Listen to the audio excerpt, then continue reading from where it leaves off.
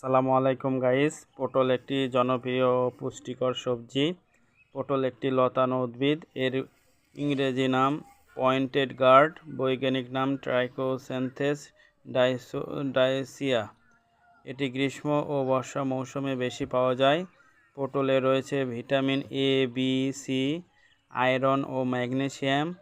আছে প্রচুর পরিমাণ ফাইবার, যা হজমে সাহায্য করে এবং কোলন ক্যান্সারের ঝুঁকি কমায়। পটল শরীর ঠান্ডা রাখে, রক্তে কোলেস্টেরলের মাত্রা কমায়, চর্মরোগে প্রতিরোধে উপকারী। এটি তরকারি হিসেবে, ভাজি, ভর্তা হিসেবে খাওয়া যায়। এটিকে মাচা পদ্ধতিতে চাষ করা যায়।